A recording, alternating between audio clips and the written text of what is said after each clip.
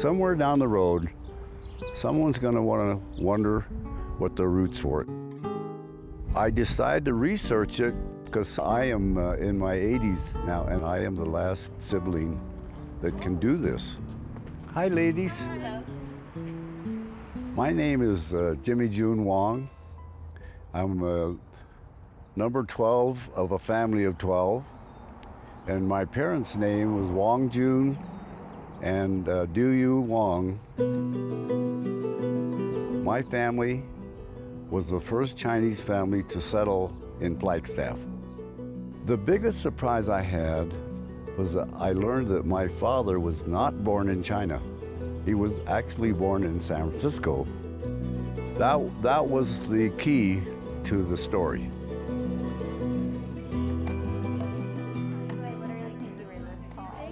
Hi, Moi Moi. Hi. This is my little niece, and that's my little nephew over there. These are all my little nephews and nieces. Even though we're all taller than you, except for mine. Don't rub it in. I can't help it. I didn't really know we were the first Chinese family in Flagstaff. Uncle Jimmy told me. How'd you learn about it? Well, we were the only Chinese here, and there was no one else except the cooks. There were a few single men that worked in the restaurants here. When the Wong family arrived around 1915, Flagstaff was pretty small at that time. There was around 2,000 people, give or take.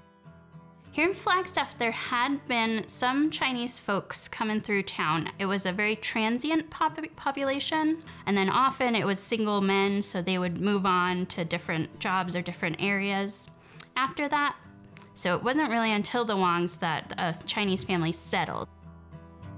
My grandfather, I think he came over around 1860, and he came through Mexico, not through the U.S. because it was too hard and too expensive.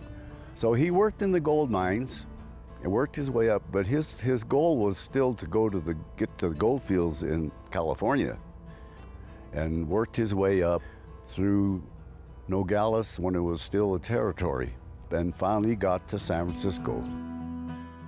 And so my grandfather, he married a woman. She was older than he was. She was already in San Francisco, and they had a baby, and that was my father. My father kicked around Chinatown all his teenage years, and when it came time, it was a dead-end street there for him, so his father told him to try Prescott. They were hiring people to work. They had several low-producing mines around Prescott. So that's when he left Chinatown and he worked there. And when he was there, his father told him it was time to get married. But there was a snag. In 1882, Congress passed the Chinese Exclusion Act. It was the first time any ethnic group was barred from coming into the country. And many of the Chinese immigrants already in America were not allowed to become citizens, along with many other restrictions. There were not many eligible women for wives, and Chinatown had a network, and it was a pre-arranged marriage.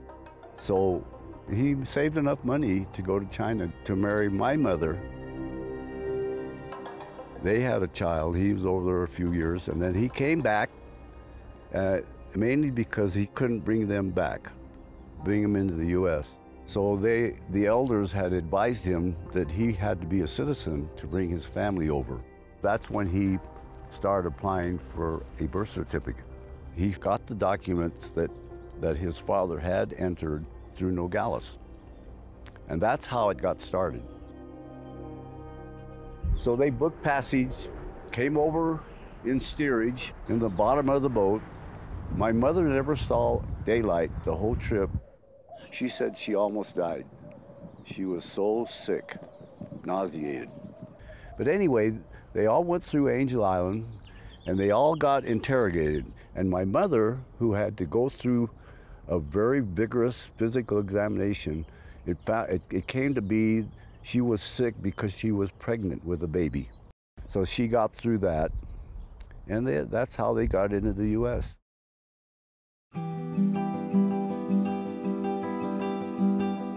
When my father and his family first arrived, they were going to work in the laundry, which my father had already established right down this corner.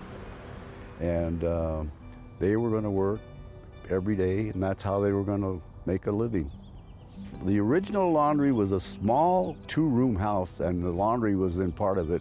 My mother washed with a washboard, used a hand wringer, hung the clothes on a clothesline, and when it was cold, she hung them inside, and they all helped. 7 of the children were born on the second floor of the laundry.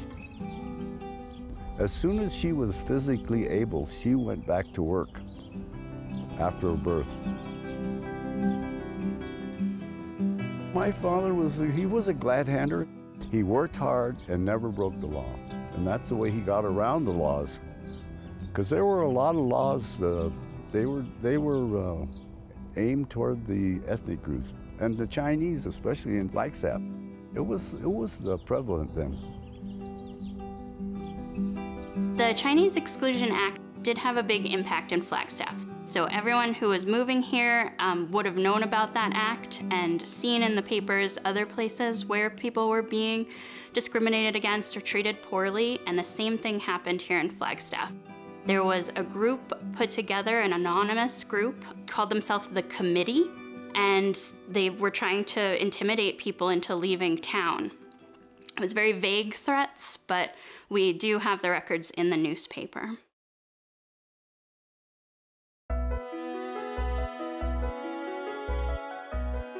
The siblings, my brothers especially, were good athletes, and they were very good in sports, and that helped the image because they were good athletes, and they helped the teams win, and my father was very proud of that, and he gained a lot of respect from the community through that. My father, when he ordered new staples and new goods from San Francisco, he always included some lottery tickets. And eventually he subscribed to the Chinese newspaper from there, and he found his number. And he won the lottery, $20,000. And that's how he started buying the property from that corner all the way to San Francisco Street.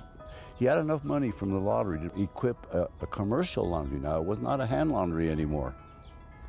It was my father's idea from the beginning that all these children that he had fathered were going to work forever in the laundry. It was a commercial laundry, and they were all going to work together and live together the rest of their lives. So that's why he built this big 10-room house behind us. You know, he never got to live in this house, believe it or not. He's the only one in the whole family that never lived in this house. My father passed away.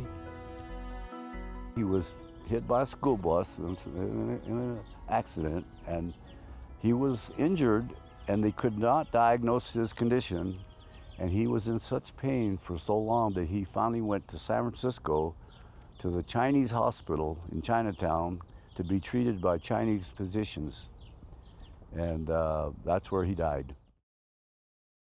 My mother, she was the wife. She could not own the property.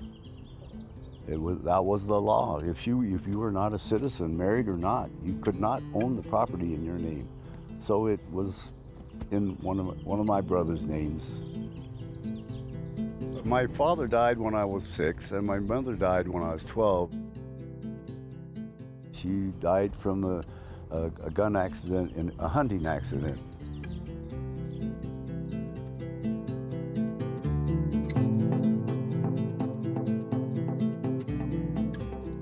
I remember the day when your great-grandmother was buried here with all the townspeople and all the relatives. 74 years ago, your great-grandmother died. Her dying words with my sister Margaret and my brother Bill were that they would take care of the minor kids, where the 3 of us were minors. It united the family, it solidified the family.